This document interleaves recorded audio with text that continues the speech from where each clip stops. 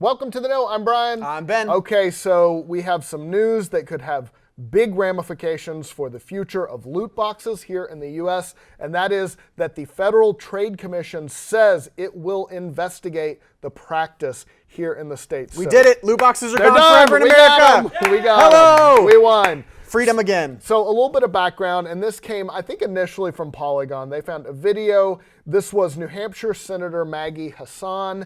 It was on her YouTube channel, and I watched the video, but she is questioning commissioners at the FTC during a subcommittee hearing, and she brought up the topic of loot boxes, and she started off by talking about protecting kids. So this was and we've seen this from other governments, and we'll talk about what other countries do. But she immediately started off by saying, we discussed loot boxes, which allow in-game purchases with real currency for surprise winnings, and most of you agreed that this is an area that could use additional oversight by the FTC. So that's very interesting. It sounds like there's already some agreement there. She went on to say loot boxes are now endemic in the video game industry and are present in everything from casual smartphone games to the newest high-budget video game releases.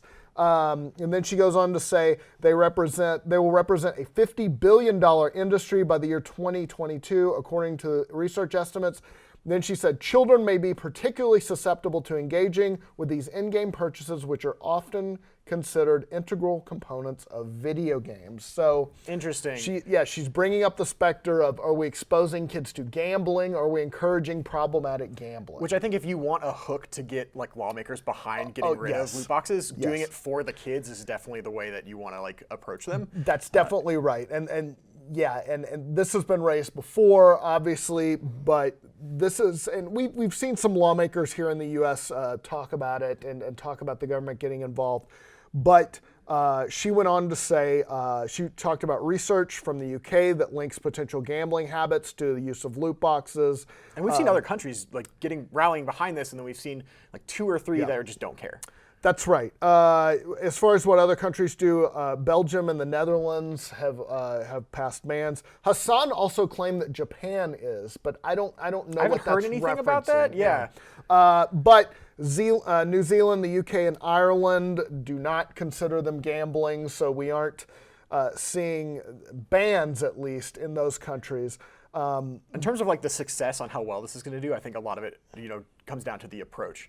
I think talking about, doing it for kids is definitely going to get like lawmakers to understand. Whereas if you just come forward and say, they're making a lot of money on these like kind of sketchy, sometimes sketchy practices, it's very rare for, I think, a company to do loot boxes well. Like Overwatch is kind of the only one that comes to mind for me that is even okay in my book, not even that it's like perfect. But if you look at something like the vast majority of mobile games and every other game under the sun that does loot boxes, it comes across as very predatory. Yeah, and even in Overwatch, even if it's cosmetics, you could still spend a shitload of money on and not get what you want. want. Right, exactly. Yeah. And there's been some speculation that maybe they make games with loot boxes 18 plus. That would be a huge change if that's what they end up doing. She concluded by saying, I think it's time for the FTC to investigate these mechanisms to ensure that children are being adequately protected and to educate parents about the potential addiction or other negative impacts of these games. FTC Chairman Joe Simons was there. He agreed to basically start an investigation. So they're going to look into it.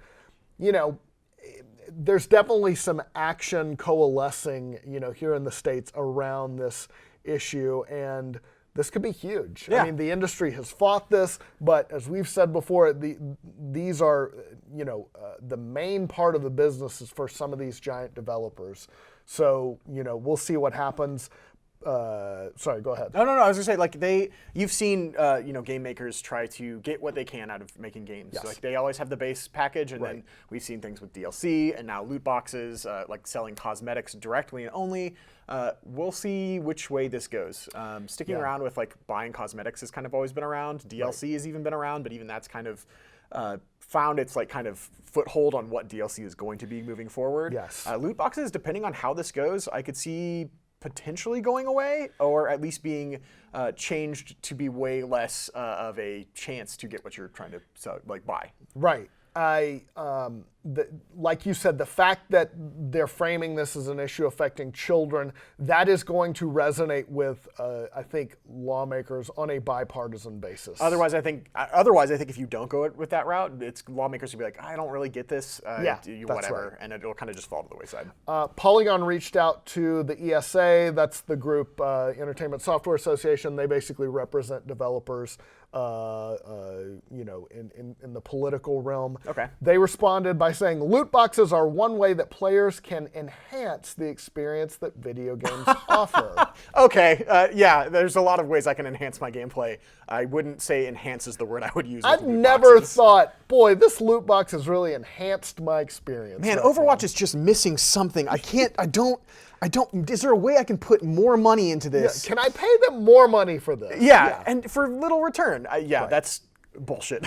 Yeah. They go on to say, contrary to assertions, loot boxes are not gambling. They have no real-world value, which is interesting, but you pay real-world money for them. Players always receive something that enhances their experience, and they are entirely optional to purchase. They can enhance the experience for those who choose to use them, but have no impact on those who do not.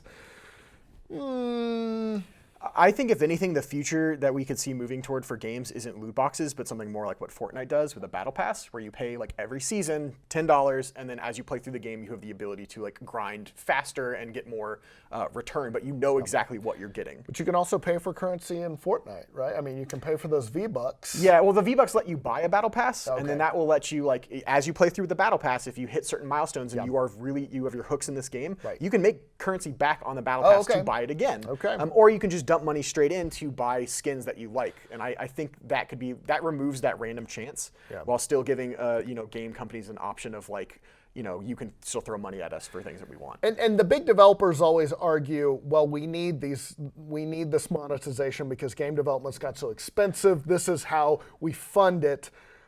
But boy, they're making a lot off these. They're making a lot billions of it. FIFA Ultimate Team Packs and all. It's a little hard to justify that. I think, especially when you see like that simple reskin of a game that has way more loot boxes added to it. So. Right. So we will see what happens, but that's the news. Just wanted to get it to you. The FTC is investigating loot boxes here in the States.